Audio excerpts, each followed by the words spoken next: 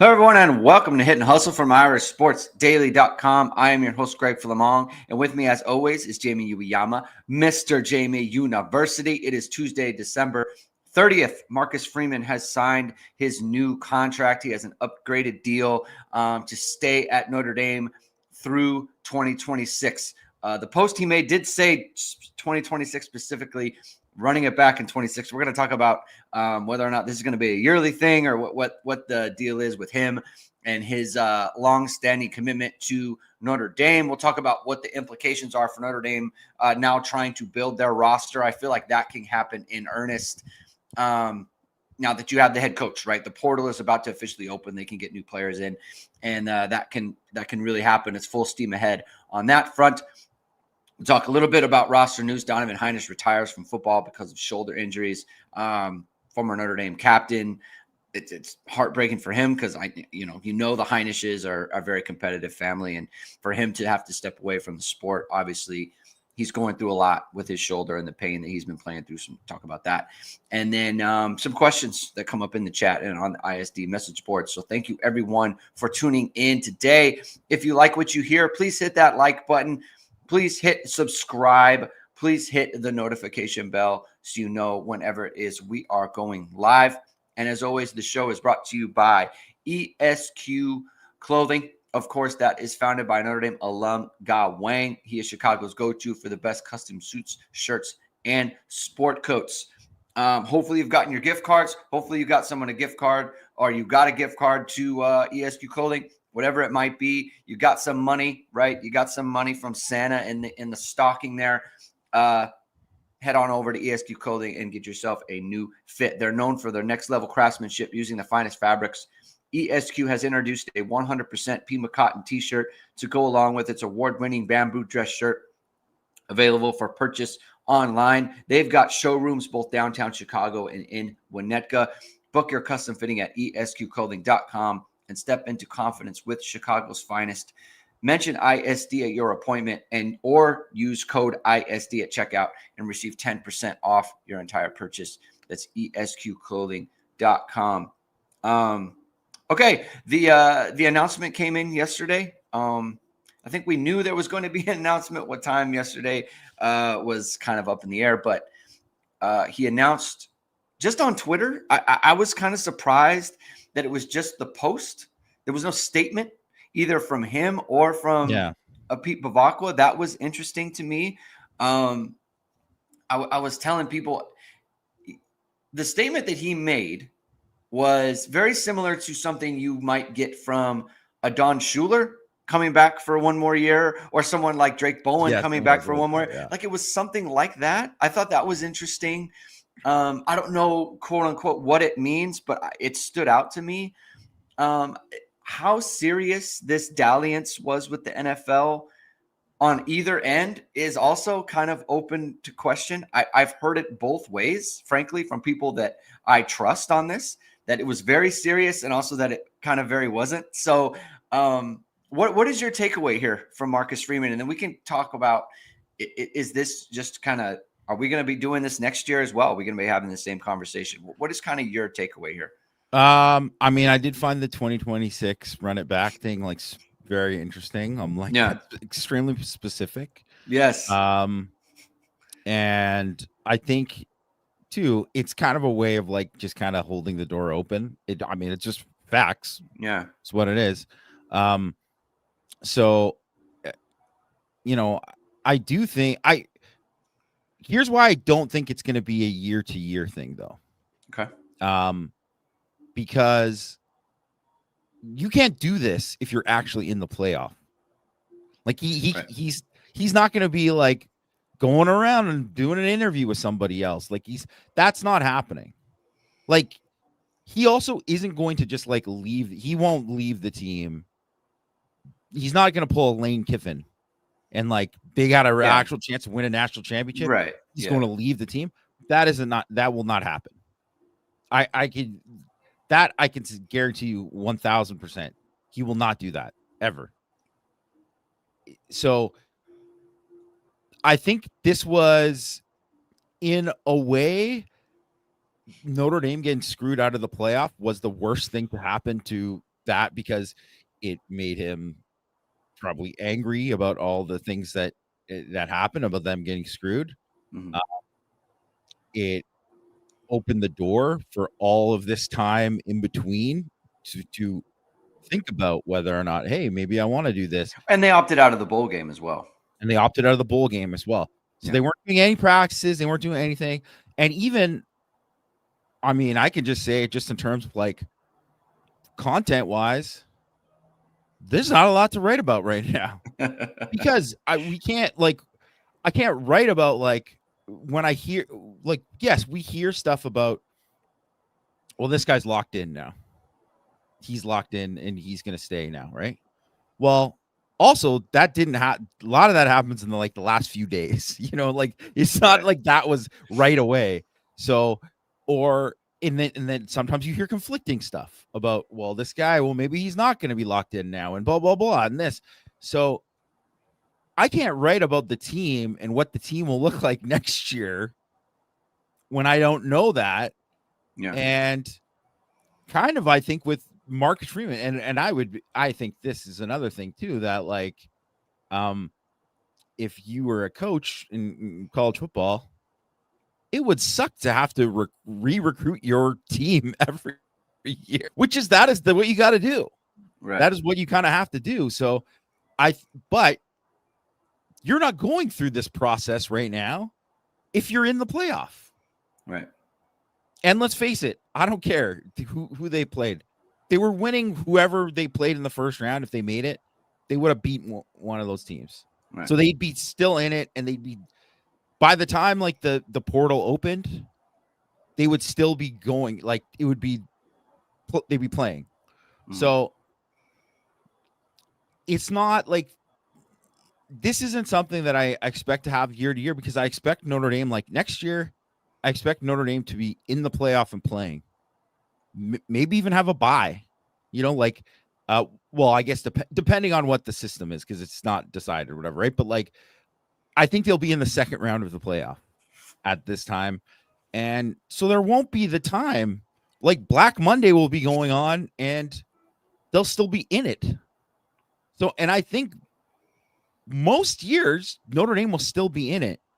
And somebody asked me on Twitter about like whether or not, why isn't Ryan Day and Kirby Smart getting the same kind of attention? These guys have both won national championships. Right. They've been, assistants in the NFL for a very short time, both of them. But I mean, and my answer was, well, one, those guys worked for college coaches, failed college coaches in the NFL that didn't last long. So it wasn't like they're longtime NFL guys.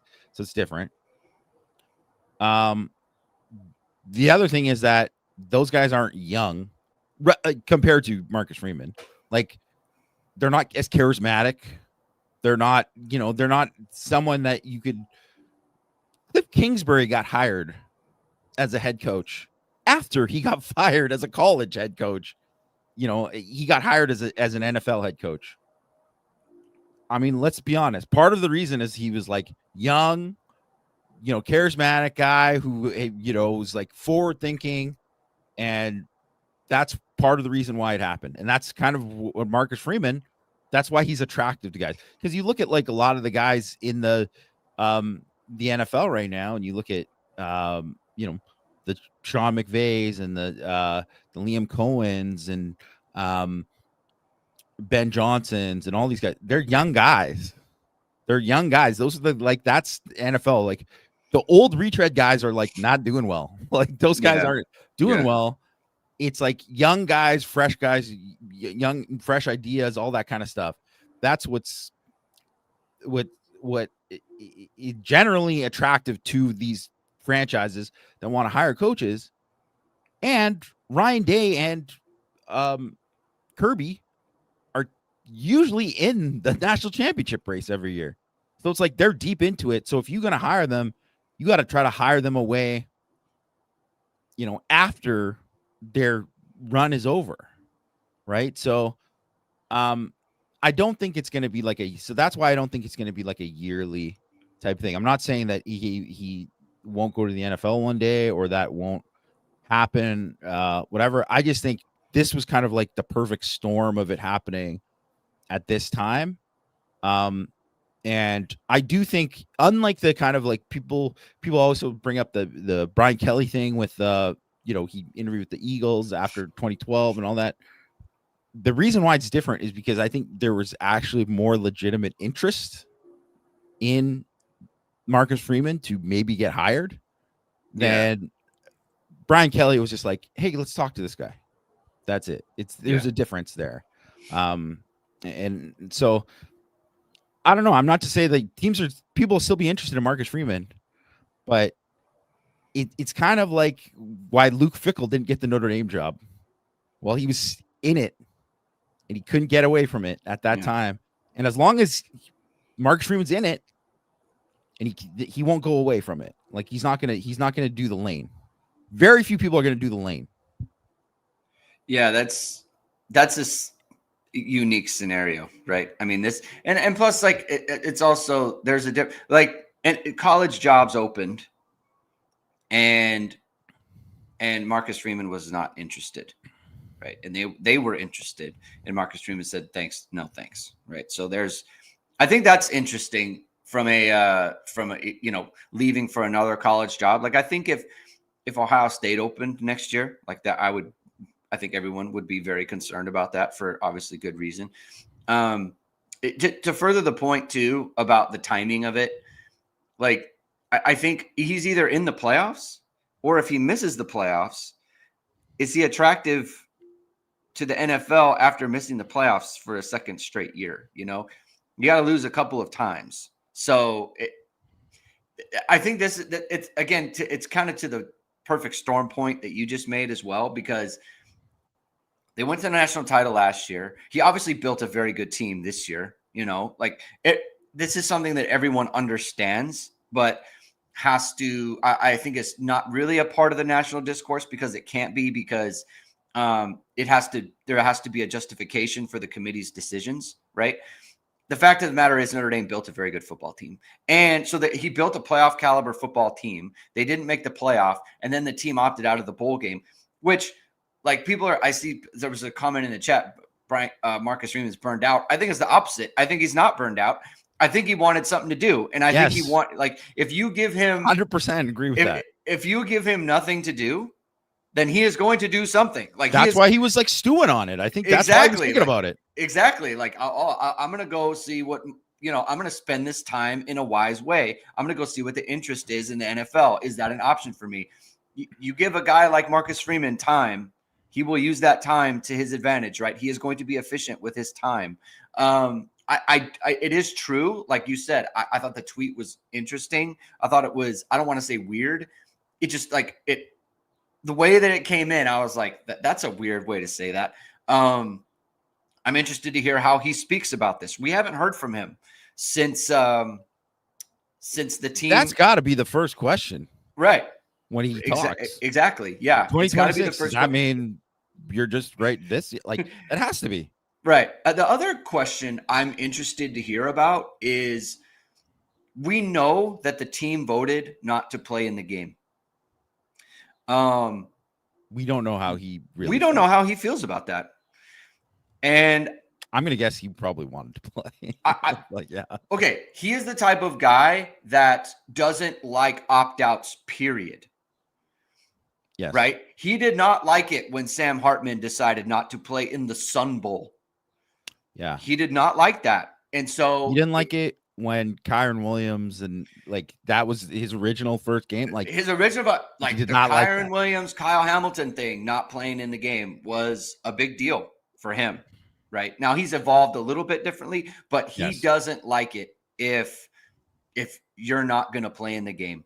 And so for the whole team to opt out, it could be a situation where, and I look, to be clear, I don't have any insight on this at all. Right. This is me speculating. Okay. Just knowing what we know about Marcus Freeman. If the whole team is going to opt out, it's like, okay, you're the captains. It's your team. We know he sent them back to think about it. Right. They said, we're not going to play. Go think about it. Talk about it some more. They came back and said, we're not going to play. Okay. The team has decided we're not playing. but then he uses the time to go talk to whoever it might be, right? Not saying he's trying to get back at anyone, but it's like I'm going to look around a little bit and use the time to his advantage. To your point, they may not.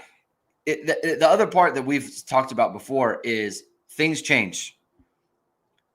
Last year at this time, Mike Mickens was a very hot commodity for defensive coordinator jobs.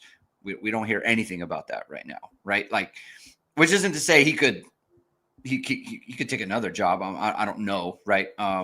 There's coaching stuff that needs to happen. Which by the way, there's questions about linebacker coach. Like, you can't talk about any of that stuff until people know he's going to be the stuff. Yeah. So so that we don't have any information on that stuff. We gotta let that process play out a little bit. There's questions about Nick Marsh in here. What do you think about Nick Marsh? There's talk that it's LSU Notre Dame. I think Notre Dame feels good about their position there, but you're going against LSU, and they've got money, and they've got Lane Kiffin, and they've got Cam Coleman is in the portal now, which is interesting from the sense of like we report things on Notre Dame players where it's like, oh, we heard this XYZ is coming back. Like Jaden Greathouse is an example. Like, we heard he's coming back, right? But people at Auburn were very confident that Cam Coleman was coming back, and now he's in the portal. So that's something that everyone to keep in mind.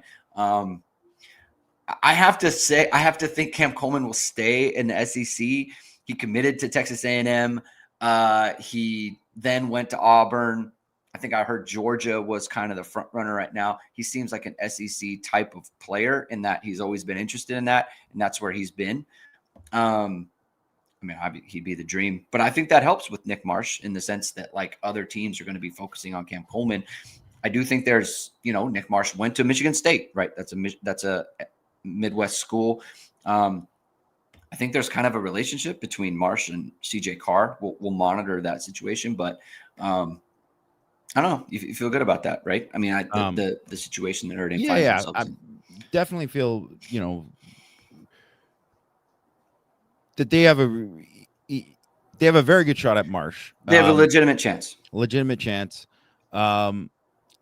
With Coleman, and Matt McCarthy, he put up Ohio State. I don't know. I just kind of feeling it'll just be Ohio State. Do you think so? That'll be their Caleb Downs. Like, they're gonna spend that money. Also, just Ohio State. It's not like obviously Ohio State has recruited well. They always recruit well, but I always kind of notice when I'm like, oh, Ohio State, like they didn't kind of like they lost out on some kids that maybe they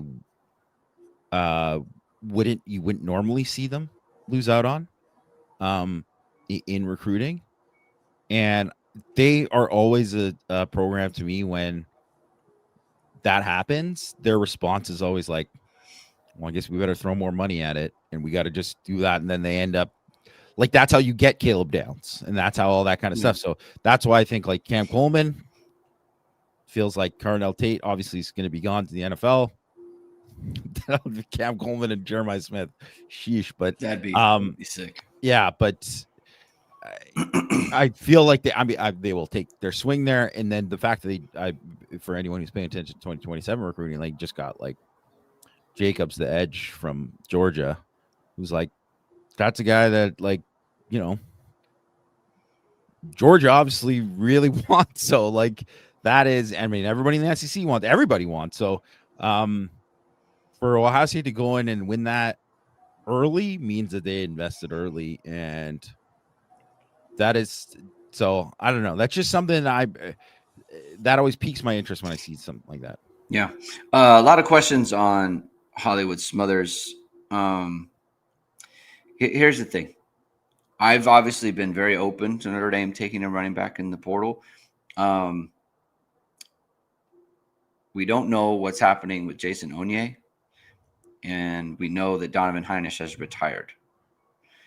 So they need D tackles really badly. So I think that focus, the money focus, needs to be on the interior of Notre Dame's defensive line.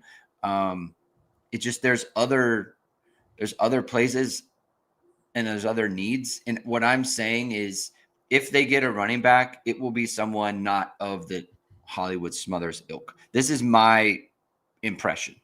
This is my thought. Because they obviously, the bigger name, the bigger the price tag. And it's not that they can't pay for it. It's just that someone else will pay more for it. And so, like, it just makes more sense that player would go to a place where they're going to make the most money, especially when, like, look, the Notre Dame job is open, but it's not open to the point where it's like you're going to get Jeremiah Love touches, and you're going to get, the 200 carries, right? I don't think it's open like that. There's going to be two backs at least, and Notre Dame likes Aeneas Williams. Notre Dame likes Nolan James. And I've heard they really like Javion Osborne. And so it's just, from that point of view, you're gonna give financial resources to a position where you feel like you've got some good players.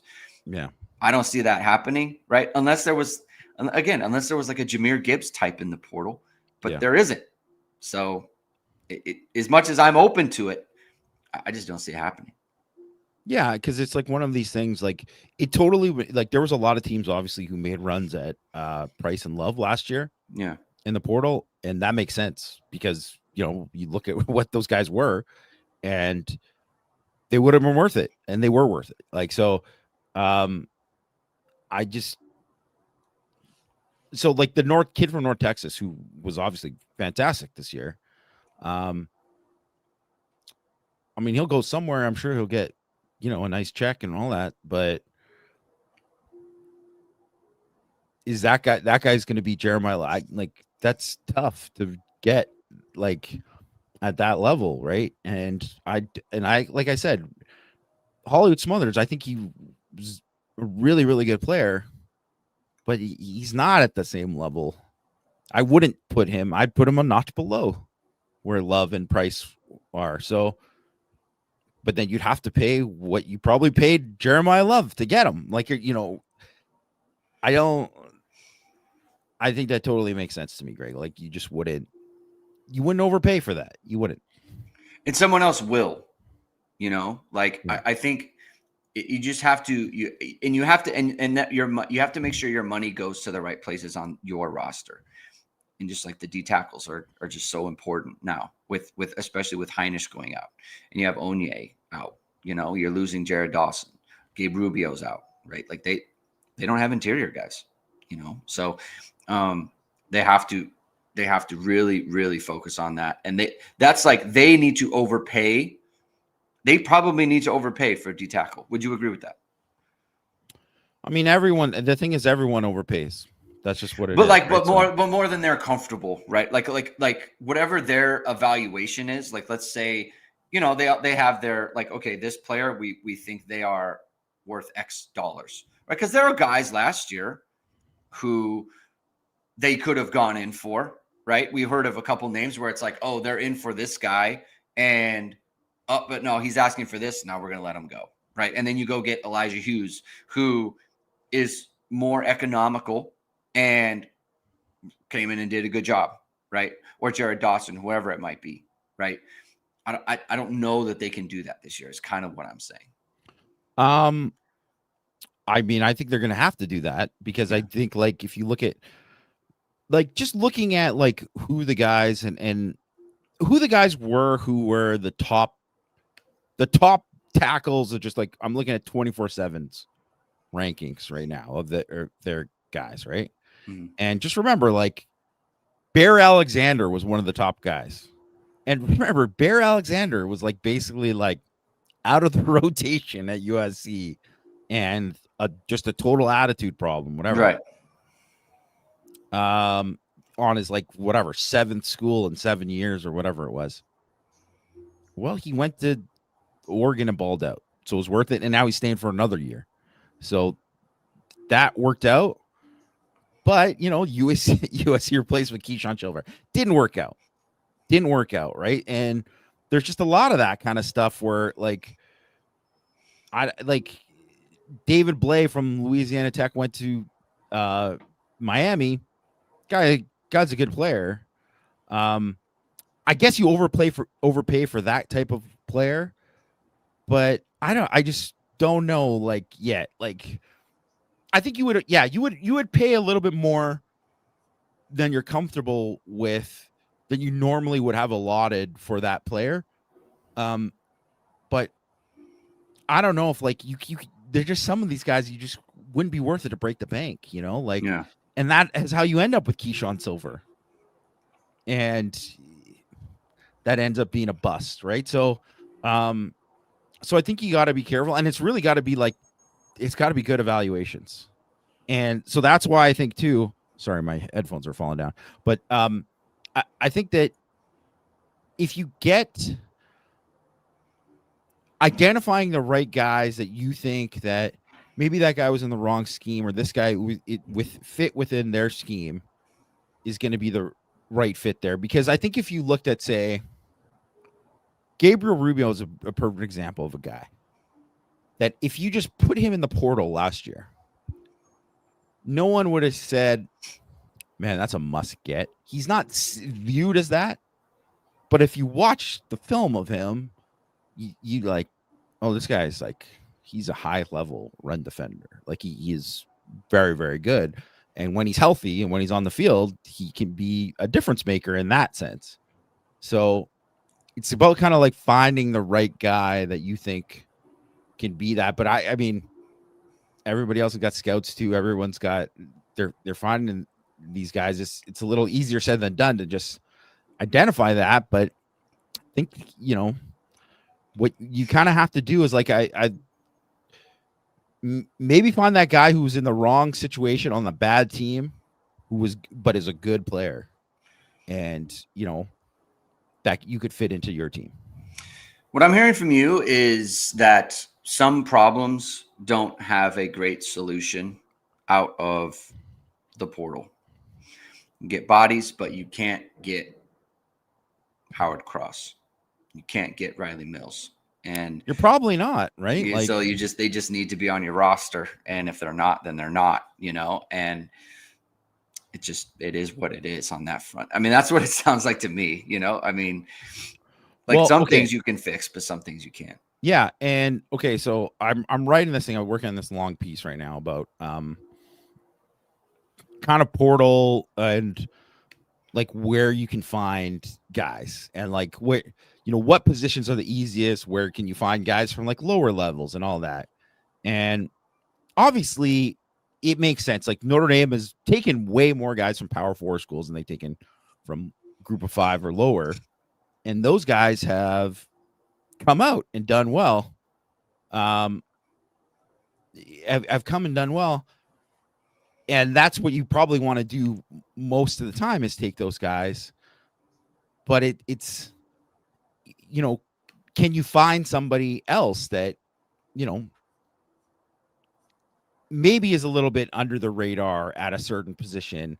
And the thing is, at defensive tackle, there's just not a lot of guys that you're going to be able to get that. Like if you look at defensive tackle in general,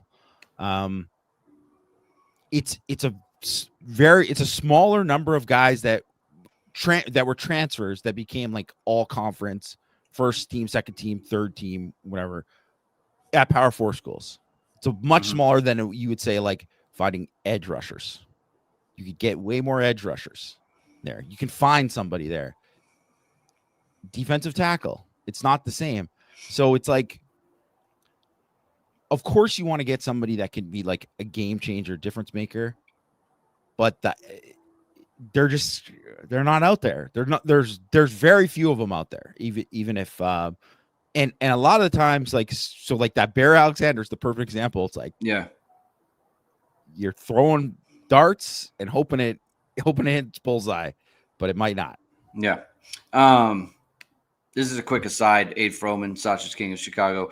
Xavier Watts just had another interception as I'm eating my breakfast and listening to the pod. So, I was watching the game last night, and here's the thing about Xavier Watts is It's hard to intercept passes. It really is.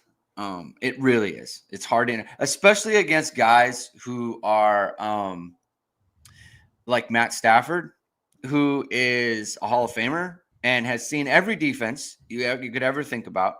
He's seen everything. He's played against every manner of player.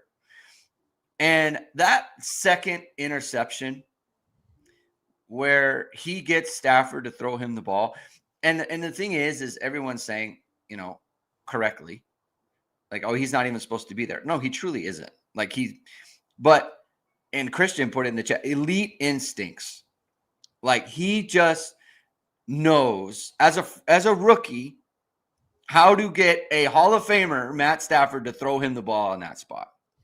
That is such an elite skill. I can't tell you how impressive that is to me. The first interception is like, look, I just don't think he can get there. And he did, right? And that, again, shows range and athleticism, and then going up to make the play is the sort of thing that doesn't show up in testing for him, but it does show up in the fact that he does it all the time in football games. The second one is like, that's Ed Reed stuff. And he's not as good as Ed Reed, because Ed Reed is like maybe the greatest ever, but it's like, that's the type of thing where you can't scheme for that. It doesn't show up in tape.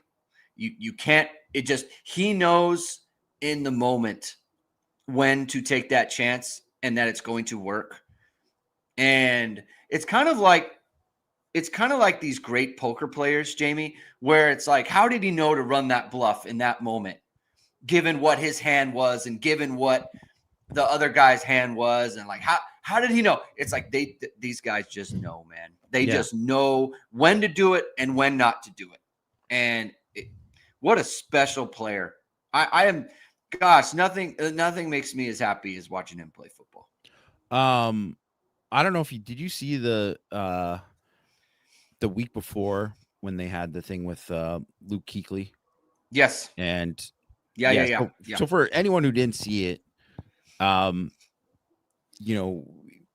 Luke Kuechly was doing a thing with, I believe, with Field Yates and maybe Dan Orlovsky, and they were doing like kind of an X and O's version of Monday Night Football, and doing a separate telecast. Yeah. And they were talking about how early in the game, Philip Rivers for the Colts, had a check, and he said like Orlando left or whatever, and Luke Kuechly pointed that out. Like, see, he made that check. Remember that later, because you're going to think about like when someone makes that check, you have to know, and that has to register with you. Like, okay, well then they ran this and they ran this play, and then later on in the game, fourth quarter, they ran Orlando right. He checked to it, and it was like a little kind of like stop route to the tight end.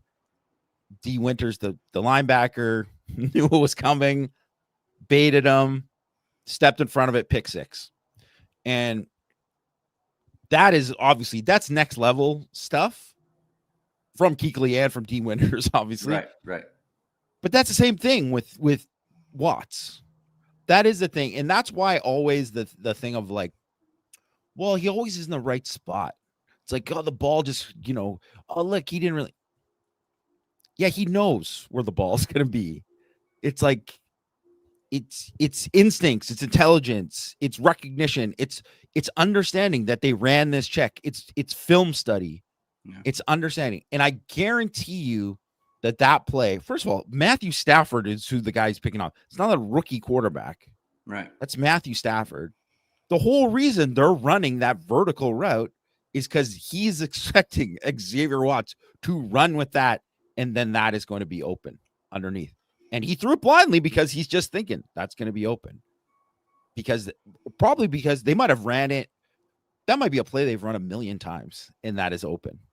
But not that time, because he understood that. And that is just, it's truly next level stuff. And for someone who's like a rookie in the NFL to do that, I mean, it's not surprising for anyone watching at Notre Dame because they've just seen it. The guy's a ball hawk, obviously. But it also just goes to show, too, that, and he's a good athlete, but didn't test out as an elite athlete compared to other safeties who were drafted higher than him. Like Malachi Starks. Some guys are just better because of their brain. They're just better. They're just better football players. They're better football players. And it's just one of those things where years from now, everyone's going to be saying, like they're already saying right now, like, man, Xavier watched it and went higher in the draft. Yeah, duh. Because anybody watched him. The guy was an All-American 2 years in a row. Yeah. And it's not a Thorpe finalist, though. Chris Mack says anyone see with a Freeman buyout is to make the jump to the NFL. The thing about the buyout is it just really doesn't matter. John Bryce will have it because John Bryce loves the contract stuff. So he will have it for Football Scoop at some point. He will have all these details. So watch the John Bryce space and he will find that out. But if he wants to leave, he'll leave. The buyout will not be a factor here, right? If he wants to go, he will go. I do think that, there was a question about in the chat about, if Mike Tomlin doesn't make the playoffs if they lose to the Ravens on is it Sunday night? Sunday night. Sunday night. If they lose to the Ravens on Sunday night, then he'll, he's the owner's going to move on from Tomlin. I do think Freeman saying I'm running it back or whatever 2026. Like I do think this insulates Notre Dame from any job coming open now. I don't know that you can say that and then be like, and then the Steelers open. It's like, okay, I'm going to go interview. Like, I don't know that you can do that. I mean, you can obviously, but then you're getting into like Lane Kiffin territory a little bit. Yes, that is Lane Kiffin territory. Yeah. And I don't foresee that happening. I don't think he'll do that because I think one of the reasons why he didn't was because he was thinking about, well, what if this opened up? I think that's one of the reasons why he waited. Right. Because, we can say now we had heard the extension was agreed to a while ago. Yes. And that's why we were like, he'll be back. And that's why no one was worrying. And then they didn't announce it. And we're like, well, what's up? Like, why haven't they done anything? Yeah. So, and by the way, Mike Tomlin is definitely not getting fired. He's definitely not getting fired. Like it's not going to happen. He's not going to get fired. I'm not going to say that he wouldn't leave the Steelers this offseason or sometime in the future, but he's not getting fired after this year, especially after like one of the big reasons they lose is because their receiver punched a guy on the sidelines. Like that's got nothing to do with Mike Tomlin. He doesn't have control of his team. Yeah. Jamie, I don't know. Don't get me started on this loser fan from Detroit too. How is this guy allowed in any stadium after this? That was the point, trying to get him to punch me. How are these fans allowed in the stadiums, period? Like just trying to help the team.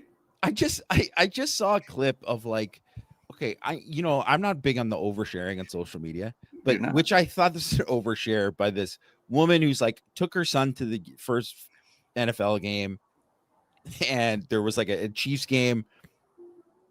Like a lot of football games, there's a big drunken fight broke out, and one fan just gushing blood got all over the kid who was sitting near. And then he's like scared. He doesn't like football anymore. He's never God. And it's like the mom's like, what can I say to my son? I'm like, don't take him to an NFL game. That's what I would say. Don't go to those games. Because I've been to a lot of NFL games too. I don't think they're a good place to take kids. They're not. No. There's too many people drinking. There's too many idiots there. Unfortunately, it's not a good atmosphere. It's not a good atmosphere for a lot of those things. Like you're better off watching at home and enjoying. It's like taking my children to like Dodgers Padres and sitting in the bleachers. Like you got to know what you're getting into in some of these situations. That's funny, Jamie. We got a big game coming up on Sunday. The two of us, huge game, yeah. Lifelong Ravens. I'll tell you what, that two teams. It's kind of like they're kind of like the James Madison and the Tulane of the play. Like neither team it's extremely group of five. Yeah. Like neither team deserves on. To be in. Just a total disgrace. The AAC championship coming up, Sunday Night Football. Yeah. It's the thing too. Is like everyone just kind of knows. It's like, oh, the Steelers win. Oh, so they play Buffalo in the first round, and then like Josh Allen's gonna run them out. Like, it's not gonna go great. So yeah. There's been a new round of Notre Dame independence talks. I think kind of spurred on by Lincoln Riley just being a total troll. And honestly, though, like I got to give him credit for this. This is total trolling and gaslighting. So I mean, credit to him because truly it is on another level of that kind of situation. What a gas bag. But there is talk about Notre Dame's independence. And so, a lot of people, and I think Notre Dame fans are kind of like, does Notre Dame really need to be independent now? Because I think people saw what happened this last year, and you say to yourself, is it better for Notre Dame to be insulated by a conference and to be kind of helped along by a conference? And I think, and to get those protections, right? And I do think it's worth a discussion because, like you said, there's what else is there to talk about? We could talk about the Pop-Tarts Bowl that Notre Dame didn't play in against BYU and Georgia Tech, where, by the way, like if you watched that game and you came away with anything other than Notre Dame would have completely wrecked BYU, and it would have been a complete waste of Notre Dame's time, then you don't know, like you're not being honest, A, and B, like you don't understand the sport, even though you are paid to cover it. Like it would have been a complete waste of Notre Dame's time. And this is the problem with a team like Notre Dame missing the playoffs. Forget the merits of it. Teams the caliber of Notre Dame are not meant to miss the playoffs. And so then they are not meant to play in the Pop-Tarts Bowl. Yeah. Right? That only thing that anyone cares about at the end is eating the live Pop-Tart. Eating the Pop-Tart. And whether or not the Pop-Tart jumps off the stage. Like it's a total clown show. And so Notre Dame doesn't need to play in that. But are you kind of moved by Notre Dame? I think it would be the SEC, right? I don't think there's any appetite for Notre Dame joining up with the Big Ten because F them. But are you moved by kind of renewed call for Notre Dame to join a conference? I mean, I don't know if I'm like I said on Power yesterday. I just think it's inevitable that they'll have to. Like it's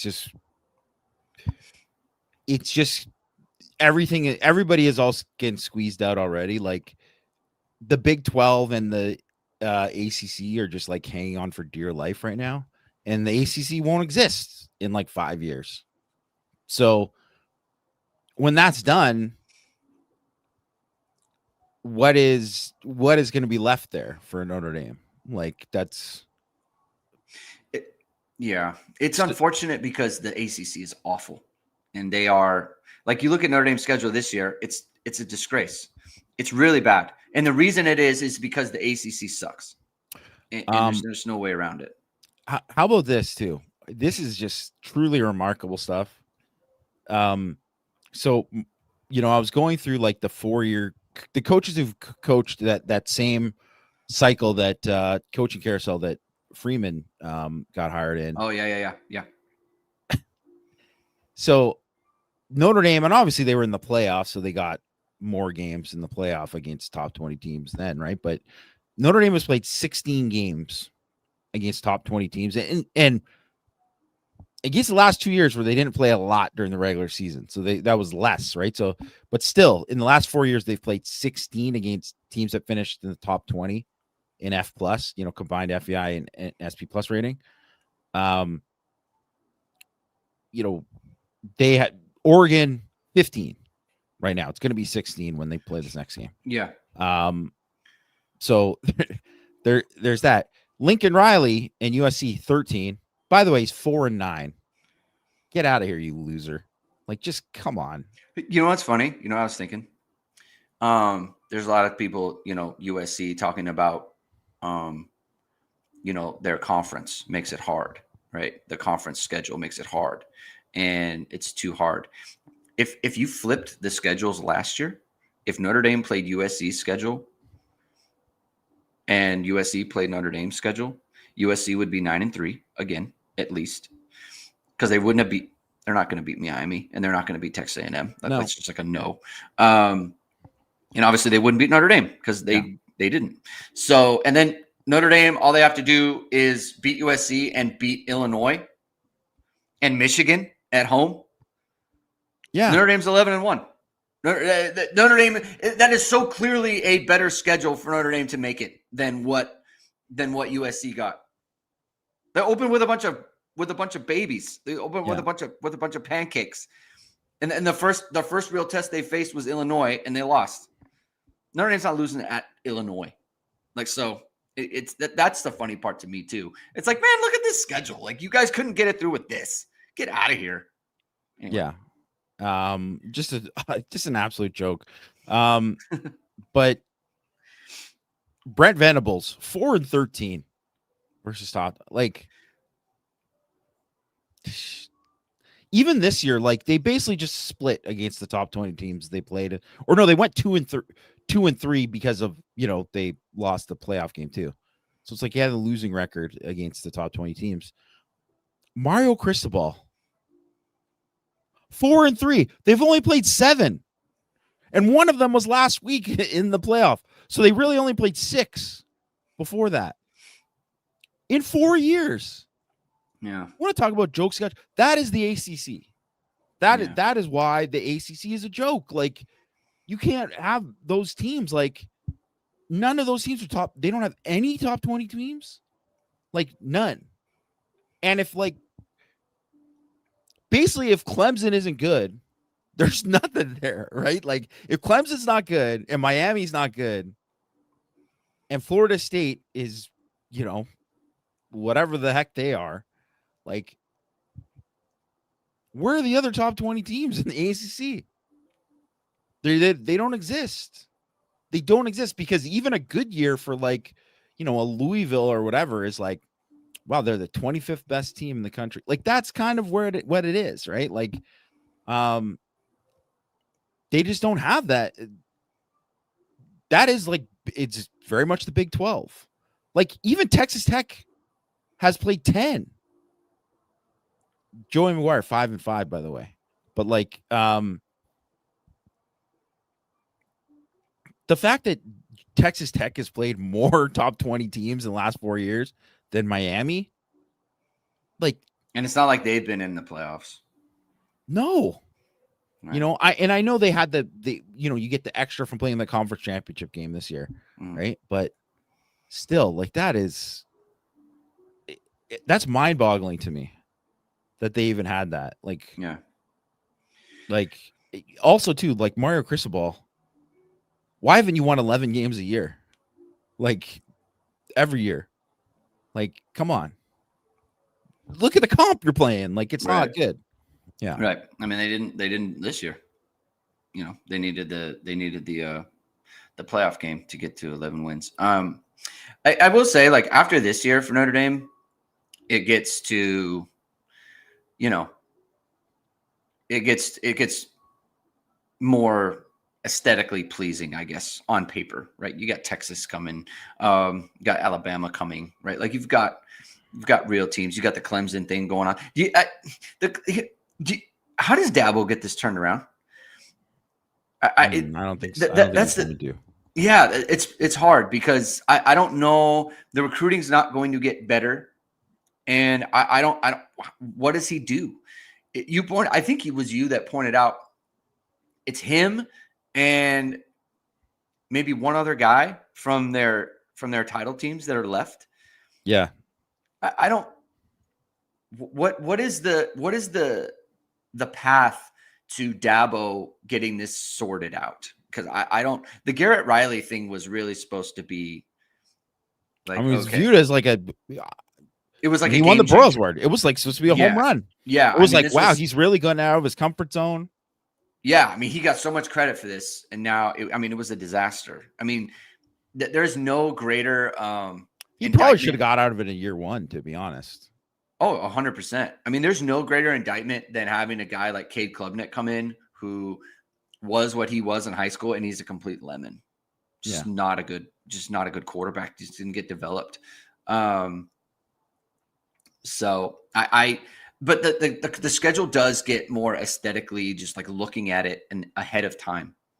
It does look better.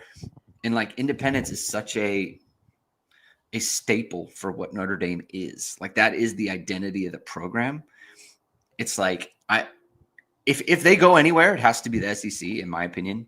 Pete Bavacqua continually goes out of his way to kind of mention that he's talking to Greg Sankey all the time as well.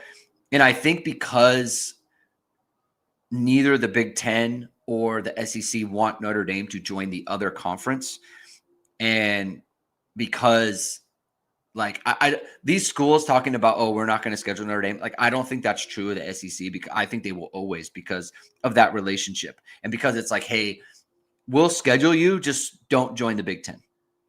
I think the SEC is fine for Notre Dame not to join, but just don't join some other conference. And I think they'll be fine with that. And so that's why I think their independence is tenable beyond, as we go forward. Yeah, I think it's just going to be a question of when they go. So they're going to go to 16 teams. I think it's pretty obvious that's going to happen. Right. So they're going to go to 16 teams. That helps Notre Dame's case to stay independent. That it does, right? Like and as long as Notre Dame, how it's set up, like you mentioned the schedules, as long as these teams don't get out of the scheduling that they have with Notre Dame, right? Like, I can imagine, was it Golish got the Auburn job, right? Yes. Yeah. So I got to imagine Alex Golish is like, what? Like looking at the schedule and being like, we're playing Notre Dame back-to-back years out of conference. Like, come on, man. Like I bet he wants to get out of that right away. Like I just, first instinct is he probably wants to get out of that. Well, maybe not. Maybe he's not a Lincoln Riley and whatever. But a lot of coaches go the Signetti way and think, give me those easy wins, because the SEC's hard enough. I want that. So, but we'll see. And I mean, they just agreed to that pretty recently, so I don't think they'll get out of it. But that is something that, Texas, obviously, Sark has talked about, like basically getting out of some of these future deals. So I don't know how much influence he's going to have on all of it too. But we'll see. As long as they can keep the deals that they have already in place going forward. Yeah. Their schedule from 2027 on, those are good schedules. Yeah. Very good schedules. Like Bud Elliott can't even make stuff up on those schedules. You can't even be like, he'll try. Yeah. But he won't, but he's going to get Fornelli will lose it on him. Yeah. For being you can't even make this stuff up. You can't. Right. Yeah. They've got good stuff going forward here. Super chat from Chris Mack. Do you see conferences moving to contracts and implementing a one-time portal for players? I mean, this is something you got to collectively bargain. I mean, we're already doing the re-signing thing. But they have to get out of the SEC, the NCAA model. It's broken. I mean, your boy Jamie, I mean, they're talking about, getting more eligibility. Eligibility is basically becoming a myth. It just it is what it is. And the thing is that the Pandora's box has been opened. The lawyers have been activated, and they will sue for anything. and they'll win because the model is how it's worked for our entire lives is actually, it's an antitrust thing, and it doesn't work in the real world with courts and lawyers and stuff. So, I mean, it used to be like if you transferred, you got to sit a year, right? As a fairness doctrine or whatever. That doesn't hold up in court if you go to court. So they got to collectively bargain. So the question here is, it's less to do with the question at hand. What you're really asking is, do you think they will collectively bargain to the point where, the players kind of give up those rights to the conferences and the commissioners and things like that? I don't see the like collective bargaining happening anytime soon, because that means players have to all come together to do that. And I always just think of the UFC model and how broken that is. And the thing is like very much the one thing that's different about playing in college football or playing in college sports in general compared to any other professional sport is that there's a finite amount of time, even though we found out there could be extras, right? But there's a finite amount of time there. So is someone going to really risk giving up, like losing any of that time to make whatever money they can during that time for the purpose of like going on strike or what, getting more money or doing something to get like, I just don't think it's going to happen. It's exactly why all these fighters, who MMA fighters who don't, it's like, why don't they do this? They're getting just screwed by, the UFC and all these, and they're like the peanuts they pay them for how much money that the UFC is actually making, the percentage of revenue and all that. It's because these guys don't have, they're like, I mean, I'm not going to be a fighter for that long. And I only have this many fights in me. So if I stop doing it and we all band together, well, that takes years off of my fighting time and all this. And that's how people think about it. And that's why I don't see it happening, because the other thing is too, is like that Tom Mars guy, the lawyer who's like, he's sued and beat the NCAA like 1 million times now for all these different things. It has to be a guy like that who has to really like band people together to get all these people. But he's so busy doing stuff that self-interest people of like 1 or 2 or 3 or whatever, to get that many people all together. I don't know. I think it'd be very hard. So, and there's just so many things like I think even right now with the one-time transfer portal window, I bet if they challenged it, if players challenged it right now, it would win 100% in court. They would 100% win. Just because the coaches said, "Oh, we don't want to have 2 portal. That's too much to deal with." Yeah. No. That's not our problem. Not our problem. Not our problem. Well, I sounds graduated. Like yeah. I lost my. It sounds like a you problem. Yeah. I think so. This is going to be real fun because, in I guess 15 years or whatever it might be, we're going to do. It'll be the Phillip Rivers story, but it'll be Diego Pavia at Vanderbilt, like coming out of retirement to come play for Vanderbilt because the starting quarterback got hurt, and it's going to be great. The other funny thing is like the Sark stuff when he's talking about, we're not going to schedule these teams. It kind of reminds me of when I'm fed up with my kids, and it's like, okay, like that's it. Like what? The TV's gone. Like I'm taking away all of it. No TV. No tablets. It's all gone. This house is going to be empty of your toys. Like if this keeps up, just total empty threat, and that's what that kind of reminds me of. So I think Notre Dame wants to stay independent. I think they will for as long as teams keep scheduling them.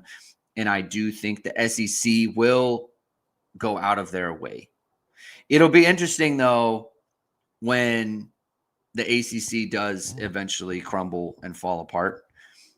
That'll be interesting. Someone in the chat mentioned like joining, ACC and Big 12 teams banding together and Notre Dame joining that conference. I don't know that that's something that Notre Dame wants to do. I don't know that they want to create their own conference and join up with Texas Tech and BYU and the like, but maybe they do, right? So that remains to be seen. Go ahead. Can you bring up Matt McCarthy's comment about Jason Onye? Oh, if Jason Onye played the mental health card, wouldn't the NCAA cave and grant him another year? They wouldn't want the bad publicity of saying mental health isn't important. One, I just want to say we should call it the mental health card.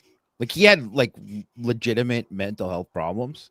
So it's not like he's like playing it to whatever. It was like, no, he was actually like going through a lot of stuff. And so he's not playing a card. It's what not playing a card. It's what happened. Yeah. I think that that is part of the process of talking about that's why he missed the season.